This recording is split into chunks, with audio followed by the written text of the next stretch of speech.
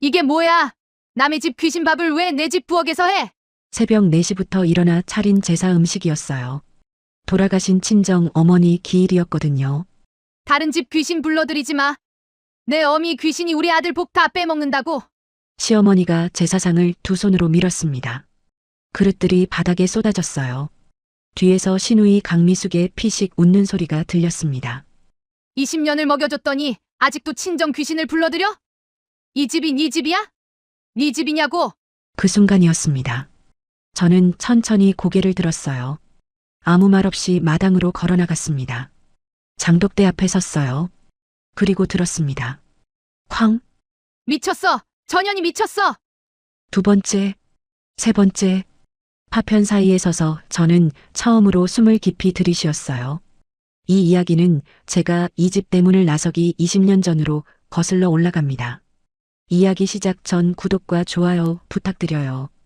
따뜻한 마음 댓글로 남겨주시면 행운이 깃드시길 기도드리겠습니다. 저는 그날도 새벽 4시에 눈을 떴습니다. 자명종이 울리기도 전이었어요. 몸이 먼저 알고 있었거든요. 친정 어머니 기일이라는 걸. 20년을 그렇게 살았으니까요. 이불을 걷고 부엌으로 내려가는 발소리가 나지 않도록 조심했습니다. 시어머니 윤말수는 잠이 얕은 분이었어요. 새벽에 물 한 잔 마시러 나가도 밤중에 무슨 소리야 하고 문을 열고 나오시는 분이었거든요. 부엌 불을 켰습니다. 낡은 형광등이 두어 번 깜빡이다 켜졌어요. 차가운 타일 바닥이 발바닥으로 올라왔습니다. 저는 앞치마를 두르고 냉장고를 열었어요. 전날 밤 미리 손질해둔 재료들이 있었습니다. 도라지, 고사리, 시금치, 산적용 쇠고기, 사과 2개, 배 1개, 포.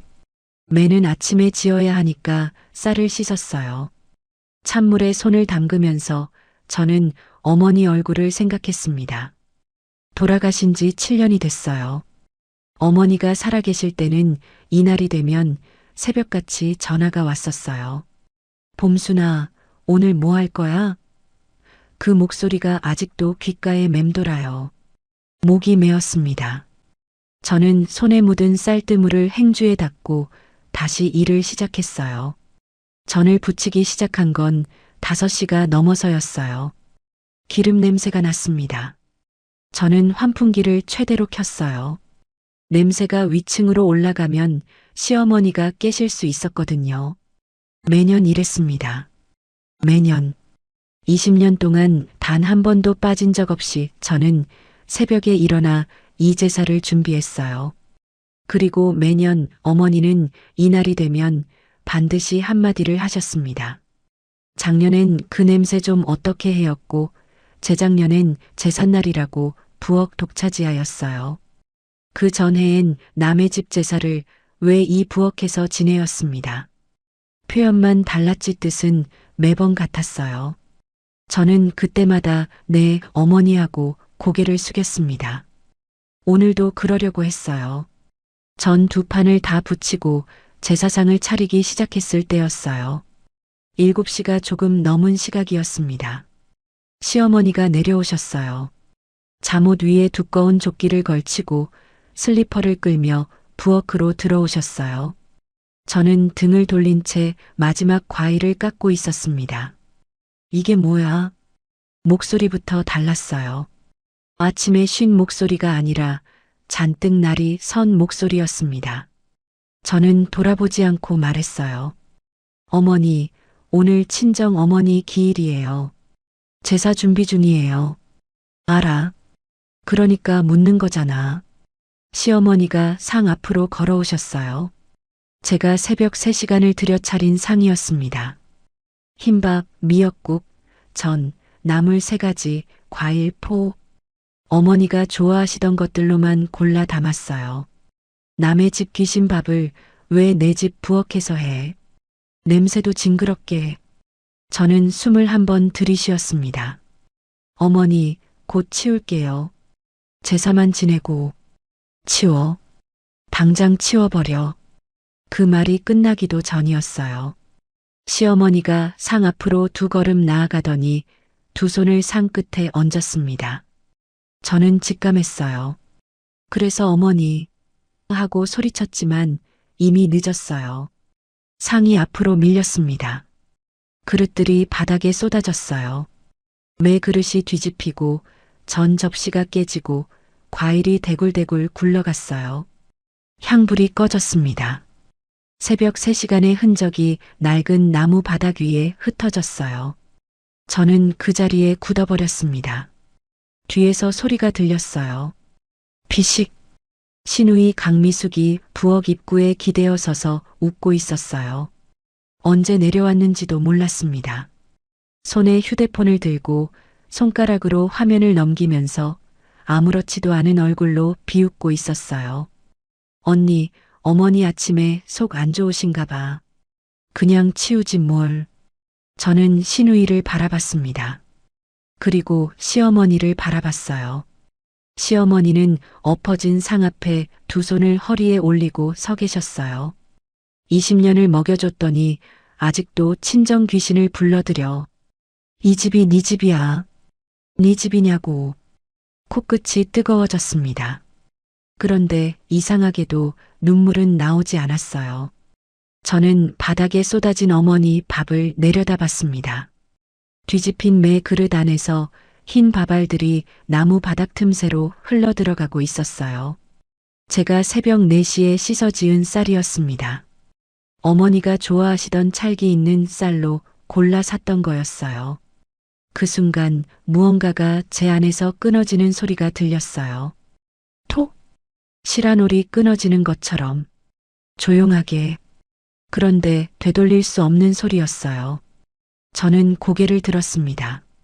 그리고 마당으로 걸어 나갔어요. 마당은 아직 차가웠습니다. 아침 공기가 날카롭게 코를 찔렀어요. 시골집 마당 끄트머리, 낮은 석조단 위에 장독대가 줄지어 있었어요. 10년, 20년 묵은 것들이었습니다.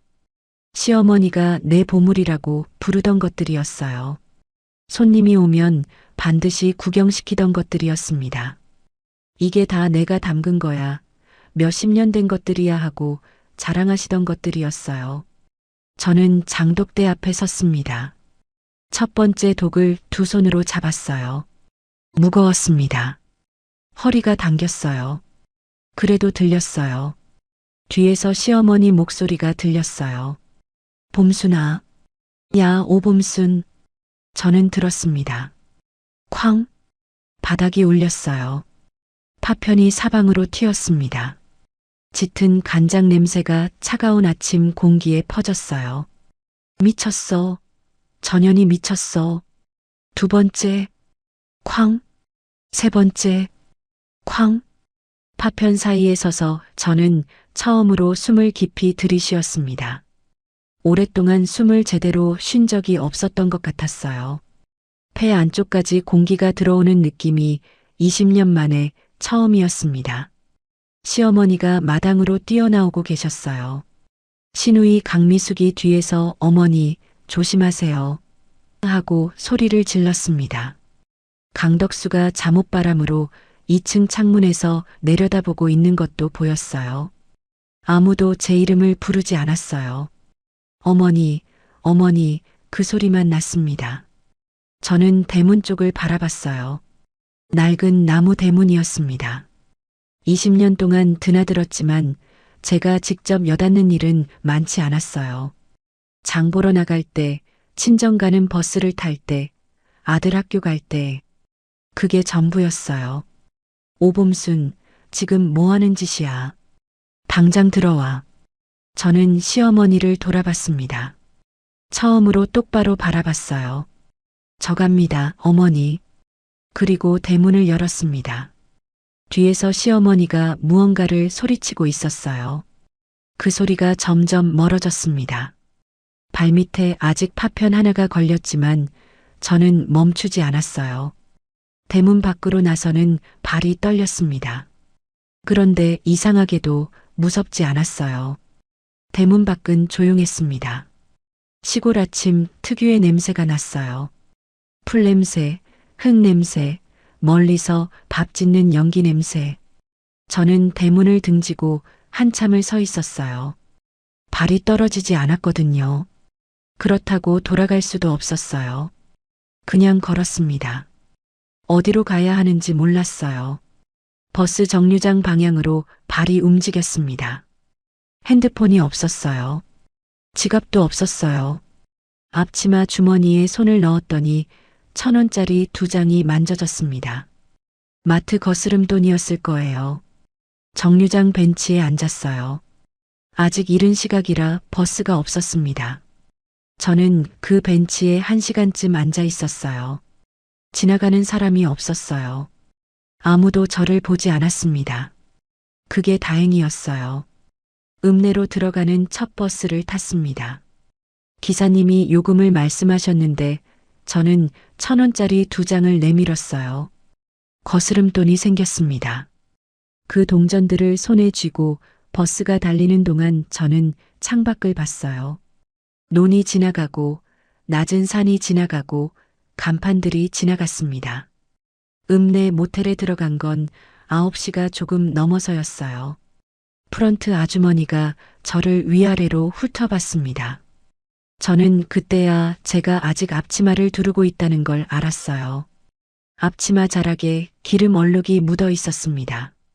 전을 붙이다 튄 것이었어요. 하루요? 네.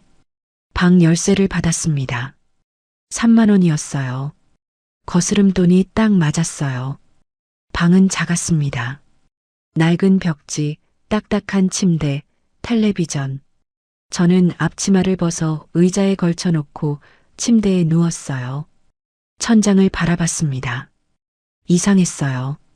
무언가를 해야 할 것 같은데 아무것도 하지 않아도 되는 상황이 낯설었습니다. 밥을 차려야 할 사람도 없고 시중을 들어야 할 사람도 없고 조심해야 할 소리도 없었어요. 핸드폰이 없으니 시간도 몰랐어요.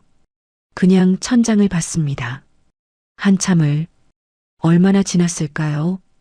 배가 고팠어요. 저는 오늘 아침을 먹지 않았다는 걸 그때 깨달았습니다. 새벽부터 제사 음식을 만들었지만 정작 저는 아무것도 먹지 않았어요. 20년 동안 그랬거든요. 제사가 끝나기 전에는 제가 먹는 일이 없었어요. 그건 당연한 순서였으니까요. 모텔 근처 편의점에 갔습니다. 앞치마 주머니에 남은 돈을 세었어요. 컵라면 하나를 골랐습니다. 뜨거운 물을 붓고 3분을 기다렸어요. 편의점 구석 작은 테이블에 앉아서 젓가락을 들었을 때 이상하게 눈물이 났습니다. 맛있었거든요. 국물이 짜고 뜨겁고 면이 퉁퉁 불어있는 그 컵라면이 20년 동안 먹은 어떤 밥보다 맛있었어요. 저는 손등으로 눈물을 닦고 국물까지 다 마셨습니다. 진이한테 전화를 빌려 연락을 했어요. 진이는 제 여동생 딸이었어요. 별별시에서 혼자 자취하는 아이였습니다. 35에 아직 혼자였지만 씩씩하고 야무진 아이였어요. 제가 가장 편하게 연락할 수 있는 사람이었습니다. 이모, 지금 어디야? 전화를 받자마자 그 말이 들렸어요. 네. 나 지금 갈게. 끊겼습니다. 30분 만에 진이가 차를 몰고 왔어요. 편의점 앞에 서 있는 저를 보더니 차에서 내리지도 않고 조수석 문을 열었습니다. 아무 말을 안 했어요. 차에 탔더니 진이가 출발했습니다. 한참을 달리다가 진이 집 주차장에 차를 세우고 그제야 저를 돌아봤어요. 이모. 그러더니 제 손을 두 손으로 잡았습니다. 아무 말도 없이 저는 그 손을 느끼면서 또 울었어요. 이번엔 소리가 났습니다. 오래 참은 것처럼 한참을 울었어요. 진이가 등을 두드려줬습니다. 토닥토닥 조용히. 진이 집에 들어가 씻고 진이 옷으로 갈아입었습니다. 진이가 끓여준 미역국을 먹었어요. 아무것도 넣지 않은 미역국이었는데 맛있었습니다. 그때 핸드폰이 울렸어요. 진이 핸드폰이었습니다. 화면에 뜬 번호를 보더니 진이가 저한테 건넸어요. 이모 남편이야. 저는 잠시 바라봤습니다. 그리고 받았어요. 어디야? 어머니가 많이 놀라셨잖아. 강덕수의 목소리였어요. 놀랐다는 건지 화가 났다는 건지 모를 어조였습니다. 20년 동안 들어온 목소리였어요. 저한테 뭔가를 물어볼 때 언제나 그 목소리로 말했었죠. 뭔가를 걱정하는 것 같기도 하고 사실은 그냥 상황을 수습하려는 것 같기도 한 목소리. 어머니 제사상 엎으셨어요. 봄순아, 제 친정 어머니 기일이었어요. 침묵이 흘렀습니다. 그래도 그렇지 장독대를 왜 깨? 어머니가 얼마나 아끼시는 건지 알잖아. 저는 전화기를 귀에서 떼고 잠시 바라봤습니다. 그리고 다시 귀에 댔어요. 들어와서 사과해. 어머니한테. 못해요. 봄순아. 못한다고요. 끊었습니다. 핸드폰이 다시 울렸어요. 저는 진이한테 돌려줬습니다. 진이가 진동으로 바꿔서 소파 쿠션 밑에 넣어버렸어요. 우리 둘은 텔레비전을 켜고 나란히 앉아 아무 말도 안 했습니다. 저녁이 됐을 때 초인종이 울렸어요. 진이가 문을 열었더니 강준혁이 서 있었습니다. 제 아들이었어요. 30살 결혼해서 분가한 아이였어요. 굳은 표정이었습니다. 엄마, 저는 소파에서 일어섰어요. 할머니 많이 충격받으셨어. 그 나이에 그러시면 어떡해요. 저는 아들 얼굴을 봤습니다. 걱정하는 얼굴이었어요. 그런데 누구를 걱정하는 건지는 모르겠었어요. 준혁아, 응, 나도 충격받았어. 20년 동안 아들이 멈칫했습니다. 엄마가 친정 어머니 제삿날마다 어떻게 살았는지 알아? 새벽 4시에 일어난 거 알아? 할머니가 그 상을 왜 엎으셨는지 알아? 진이가 문을 열었더니 준혁이 서 있었습니다. 제 아들이었어요. 30살 결혼해서 분가한 아이였어요. 굳은 표정이었습니다.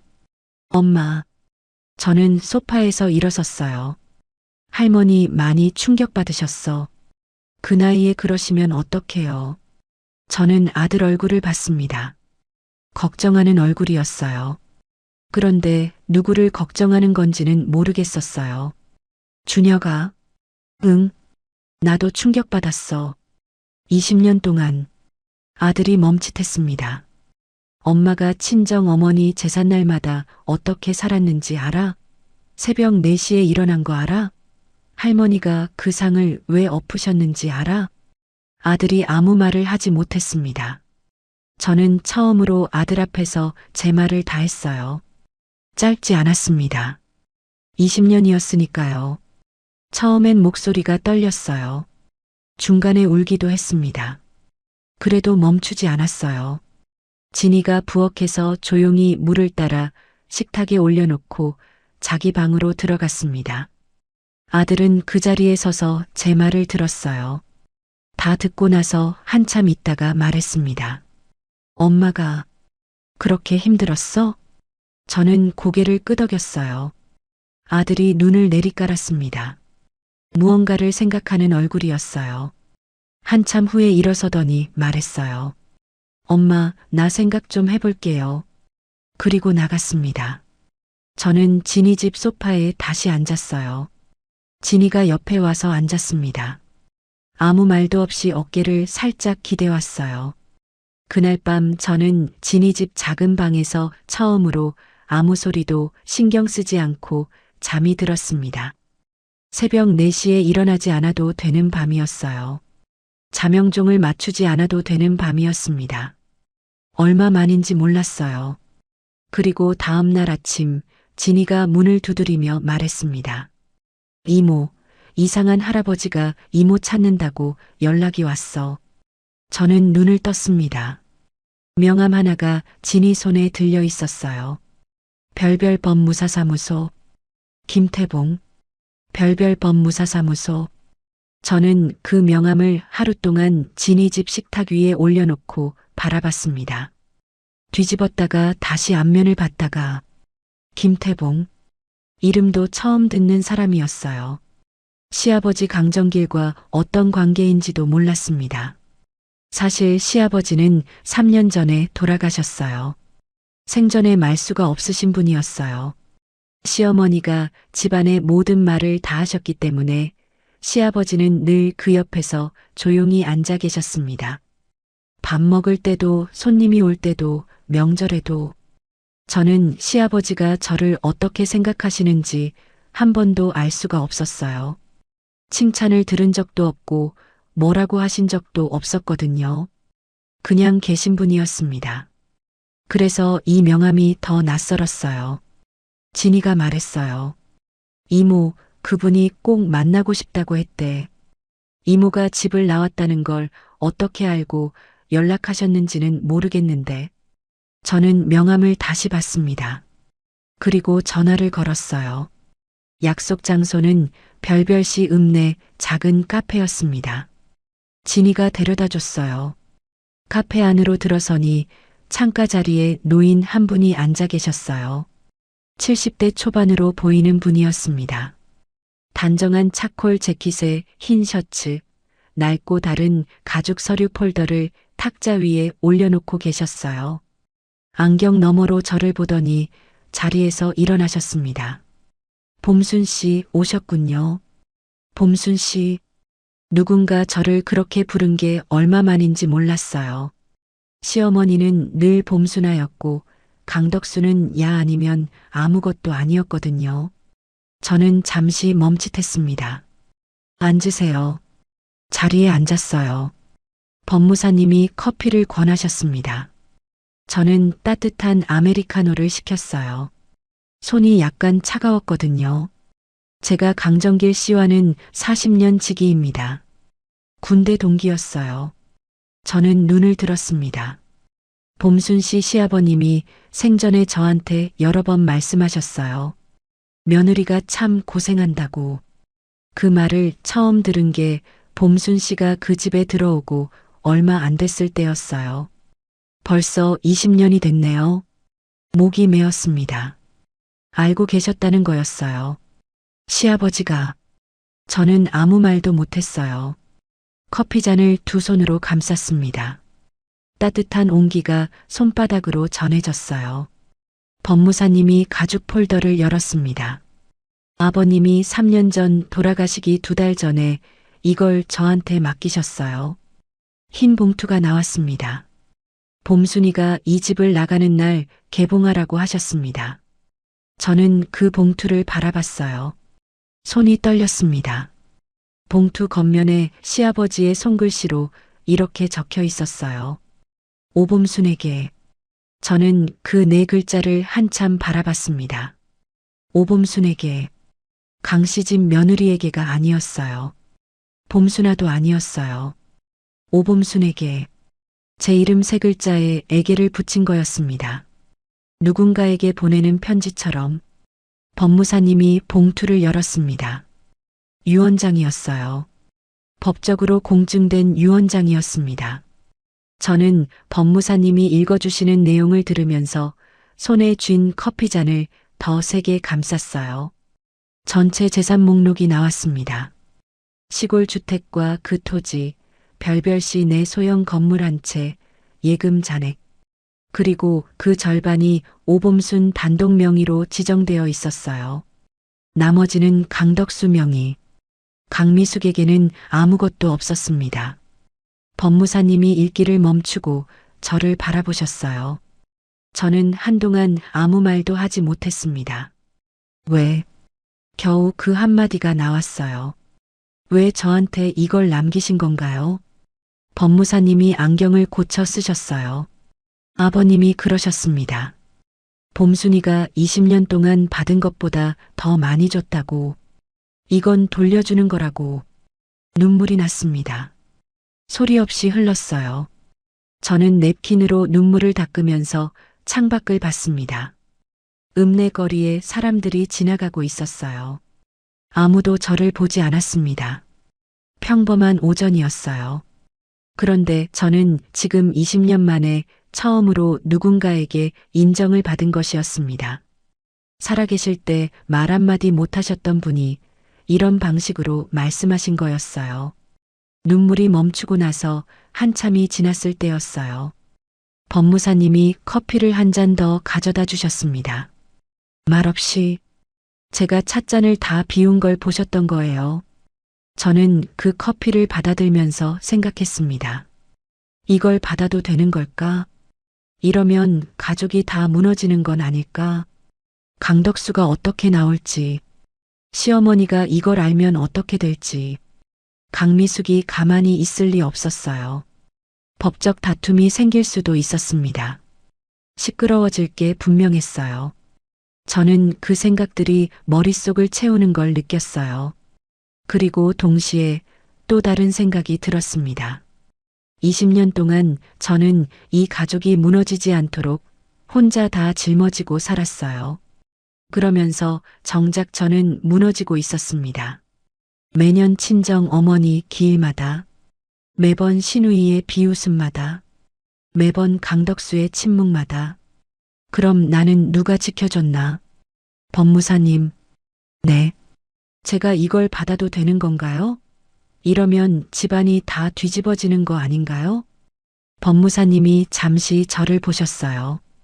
그리고 말씀하셨습니다. 봄순 씨, 아버님은 이미 3년 전에 결정하셨어요. 봄순 씨가 결정할 문제가 아닙니다.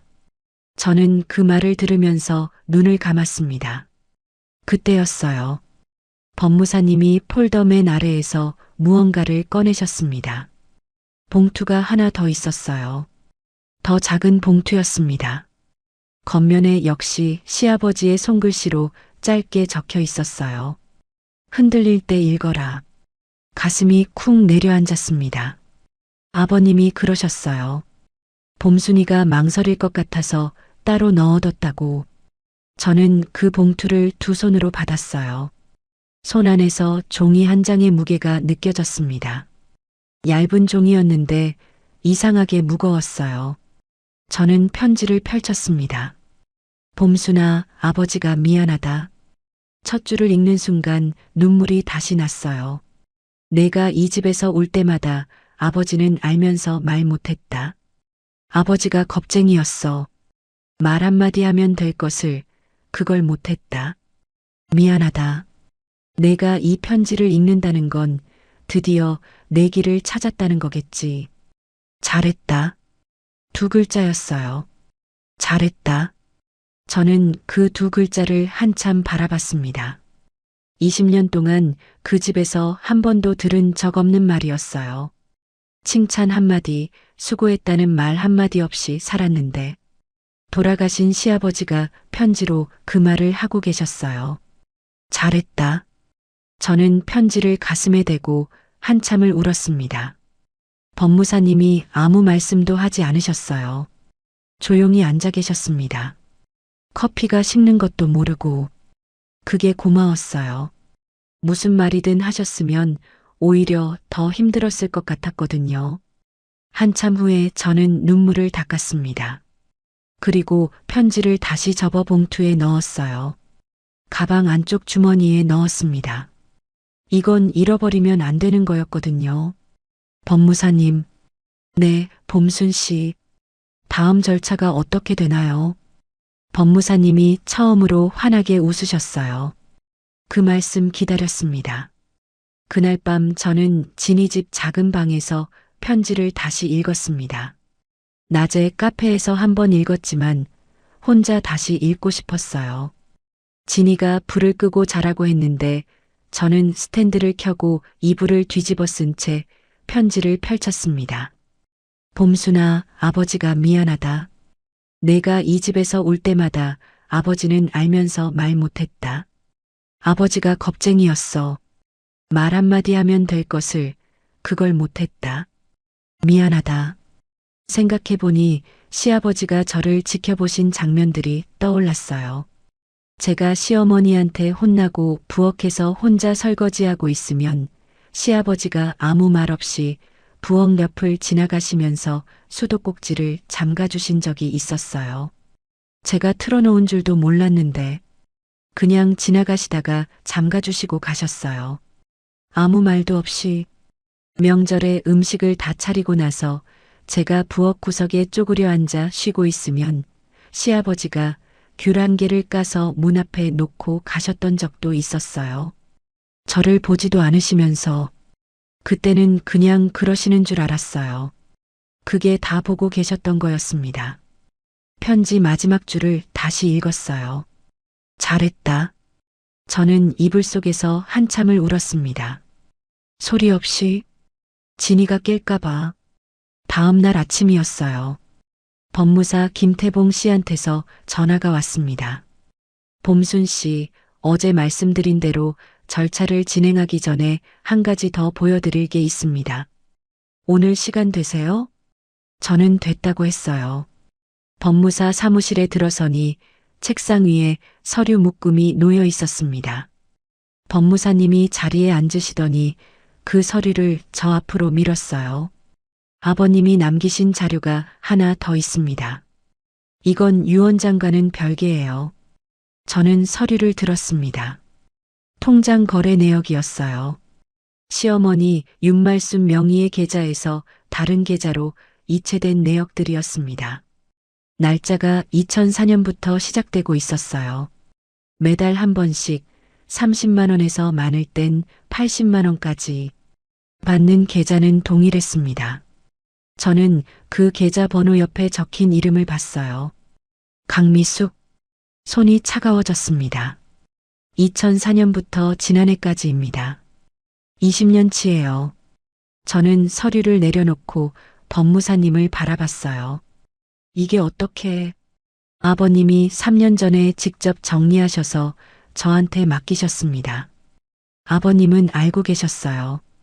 다만 어머님이 워낙 감추려 하시고 당신도 말씀을 꺼내기 어려우신 상황이라 이 방식을 택하셨던 거예요. 저는 다시 서류를 들었습니다. 20년이었어요. 강미숙이 시어머니 계좌에서 매달 돈을 빼간 게 20년이었습니다. 제가 그 집에 들어온 해부터였어요. 저도 몰랐고 강덕수도 몰랐을 거예요. 아니, 어쩌면 강덕수도 알고 모른 척 했을 수도 있었어요. 그 집에서 모른 척 하는 건 언제나 강덕수가 제일 잘했으니까요. 법무사님이 말씀하셨어요. 처음에 강미숙 씨가 어머님께 봄순이가 친정에 돈 보내는 것을 제가 막아드리겠다고 했답니다. 그 대신 자기가 조금씩 받아가는 걸 묵인해달라고 했고요. 어머님이 처음엔 그걸 허락하셨는데 나중엔 금액이 너무 커지셔서 그만하라고 하셨대요. 그런데 강미숙 씨가 말을 안 들었던 거고 저는 눈을 감았습니다. 그러니까 시어머니는 처음엔 공모자였던 거예요. 그러다가 나중엔 피해자가 된 거였습니다. 그리고 그 사실을 감추려고 저한테도 강덕수한테도 아무 말을 못 하셨던 거고 이상하게도 시어머니한테 화가 나지 않았어요. 불쌍하다는 생각이 들었습니다. 평생 자식 믿다가 그 자식한테 속은 거니까요. 그게 얼마나 비참한 일인지는 저도 알 것 같았어요. 믿었던 사람한테 배신당하는 게 어떤 건지. 이걸 어떻게 할지는 봄순 씨가 결정하시면 됩니다. 저는 눈을 뜨고 법무사님을 바라봤습니다. 저 혼자 결정하면 안 될 것 같아요. 아들한테 같이 가겠습니다. 준혁이한테 전화를 했어요. 아들은 말없이 왔습니다. 법무사 사무실 앞에 차를 세우더니 저를 봤어요. 며칠 전 진이 집에서 제 말을 다 들은 후로 표정이 조금 달라져 있었습니다. 뭔가를 생각하고 있는 얼굴이었어요. 우리는 그날 오후 시어머니 집으로 갔습니다. 시골 주택이었어요. 제가 20년을 살았던 집이었습니다. 마당에 들어서니 장독대 자리가 비어 있었어요. 제가 깨뜨린 자리였습니다. 파편은 누가 치워놨는지 없었어요. 빈 석조단만 남아 있었습니다. 현관문을 열고 들어서니 시어머니가 거실에 앉아 계셨어요. 강미숙도 있었습니다. 소파에 나란히 앉아 텔레비전을 보고 있다가 우리가 들어오자 일어섰어요. 시어머니가 저를 봤습니다. 저도 시어머니를 봤어요. 며칠 만에 보는 얼굴이었는데 시어머니가 작아 보였어요. 언제나 저보다 크게 느껴지던 분이었는데 강미숙이 먼저 말했어요. 언니, 이제 집에 들어오는 거야? 어머니가 얼마나 걱정하셨는지 알아? 저는 강미숙을 바라봤습니다. 그리고 가방에서 서류를 꺼내 식탁 위에 올려놓았어요. 이게 뭐야? 강미숙이 서류를 봤습니다. 그리고 굳었어요. 시어머니가 천천히 식탁으로 다가오셨어요. 서류를 내려다보셨습니다. 통장 거래 내역이 첫 페이지에 있었어요. 날짜들이 빼곡하게 적혀 있었습니다. 2004년부터 강미숙, 강미숙, 강미숙. 시어머니의 얼굴이 하얗게 됐습니다. 강미숙이 재빨리 말했어요. 어머니, 이건 어머니가 주신 거잖아요. 제가 훔친 게 아니에요. 언니, 이게 뭔 짓이야? 가족끼리 이러는 거야? 저는 강미숙을 바라보면서 말했어요. 가족이라면서요. 강미숙이 멈췄습니다. 20년 동안 저도 이 집 가족이었어요. 그런데 저한테는 어떻게 하셨어요? 강미숙이 입을 열었다가 닫았어요. 또 열었다가 닫았습니다. 시어머니가 의자를 잡고 천천히 앉으셨어요. 아무 말씀이 없었습니다. 서류에서 눈을 떼지 못하셨어요. 그때 준혁이 앞으로 나섰어요. 저는 아들이 어떻게 할지 몰랐습니다. 할머니 편을 들 수도 있었어요. 그냥 다 덮으려 할 수도 있었습니다. 아들이 시어머니를 바라보면서 말했어요. 할머니, 엄마 말이 맞아요. 시어머니의 눈이 흔들렸습니다. 처음이었어요. 제가 이 집에 들어온 후 20년 동안 강 씨 집 누군가가 제 편을 든 게 처음이었습니다. 아들의 그 한마디가 가슴 한가운데를 찌르고 들어왔어요.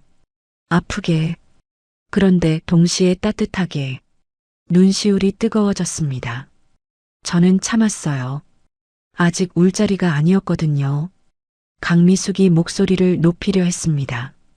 그때 준혁이 조용히 말했어요. 고모, 법무사님이 다음 절차를 알려주실 겁니다. 강미숙이 입을 다물었어요. 거실이 조용해졌습니다. 시어머니가 천천히 고개를 드시더니 처음으로 저를 똑바로 바라보셨어요. 오래된 눈이었습니다. 그 눈 안에 여러 가지가 섞여 있었어요. 부끄러움인지 후회인지 아니면 그냥 늙음인지. 저는 그 눈을 마주보면서 아무 말도 하지 않았습니다. 할 말이 없어서가 아니었어요. 이미 다 한 것 같았거든요. 장독대를 깨던 날 아침에. 그날 밤 저는 진이 집에 돌아와서 오래 앉아 있었습니다. 불을 켜지 않았어요. 거실 창문으로 가로등 불빛이 들어왔어요. 진이는 제 옆에 조용히 앉아 있었습니다. 아무것도 묻지 않았어요. 그냥 있어줬어요. 한참 후에 제가 말했습니다. 진이야. 응, 나 이혼할 것 같아. 진이가 잠시 있다가 말했어요. 그래. 이모가 결정한 거면 맞는 거야. 그 말이 고마웠습니다.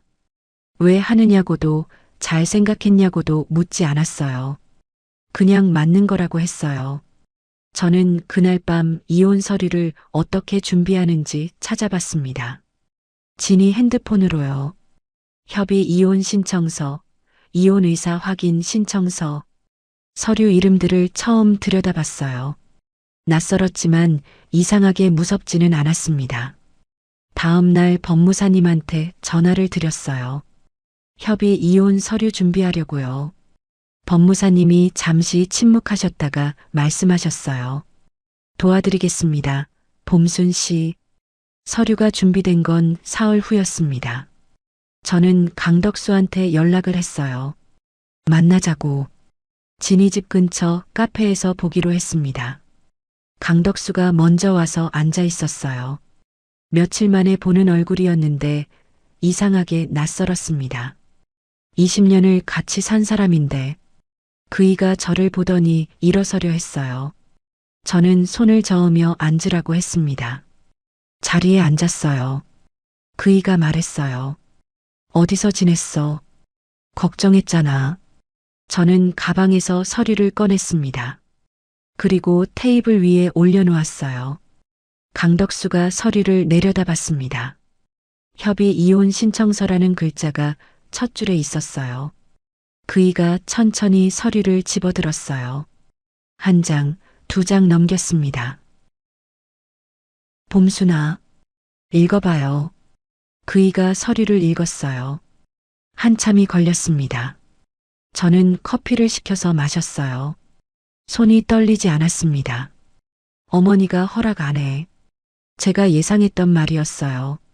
저는 가방에서 두 번째 서류를 꺼냈습니다. 유언장 사본이었어요.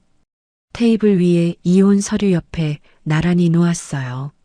아버님은 허락하셨어요. 강덕수가 유언장 사본을 받습니다. 손가락이 멈췄어요. 재산 목록 페이지였어요. 오범순 단독 명의. 강덕수에게는 남기지 않는다. 그 줄에서 그이의 손가락이 멈춰 있었습니다. 저는 그이를 바라봤어요. 강덕수가 천천히 고개를 들었습니다. 저를 봤어요. 눈이 흔들렸습니다. 20년 동안 저는 그이의 눈이 흔들리는 걸 본 적이 없었어요. 언제나 어머니 눈치를 보느라 바빴거든요. 저를 향해 흔들린 적은 없었습니다. 봄순아, 나는 강덕수 씨. 그이가 멈췄어요. 저는 처음으로 그이를 이름으로 불렀습니다. 20년 동안 한 번도 이름을 부른 적이 없었어요. 그냥 여보였거나 아무것도 아니었거나 당신이 나쁜 사람인 건 아니에요. 그이가 눈을 깜빡였습니다. 그냥 내가 없어도 되는 사람이었던 거예요. 당신한테는 어머니가 있으면 됐으니까. 그이가 입을 열었다가 닫았어요.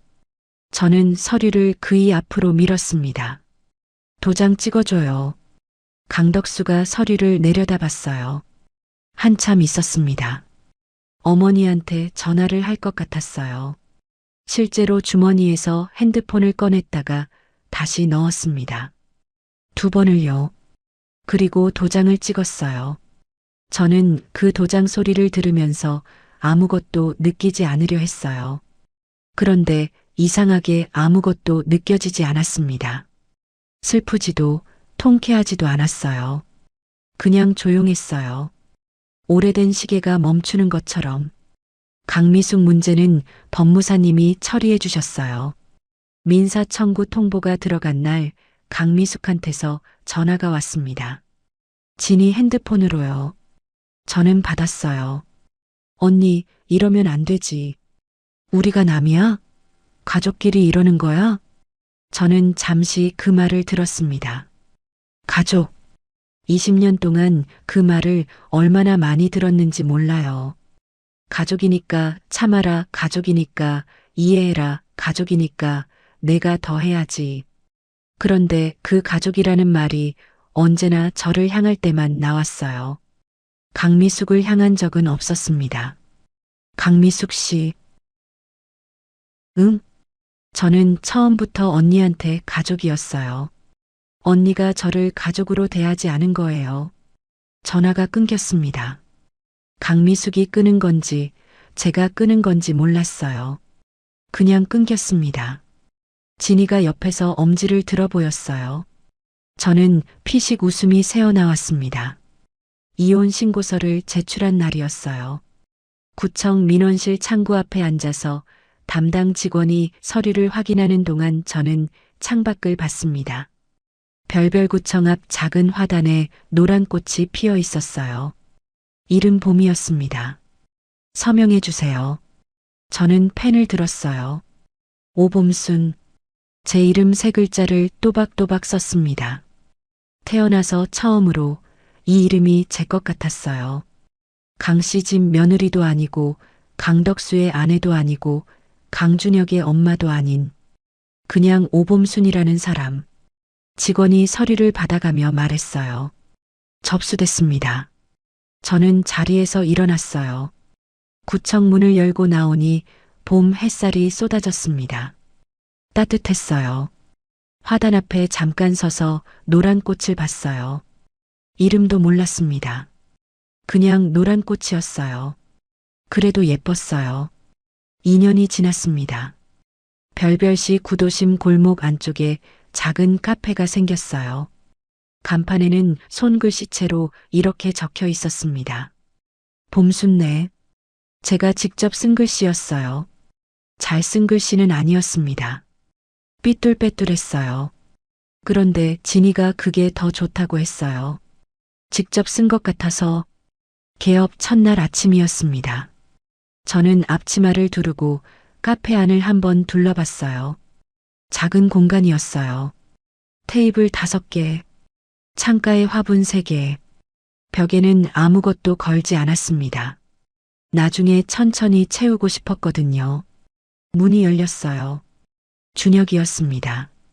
꽃다발을 들고 있었어요. 큰 꽃다발은 아니었어요.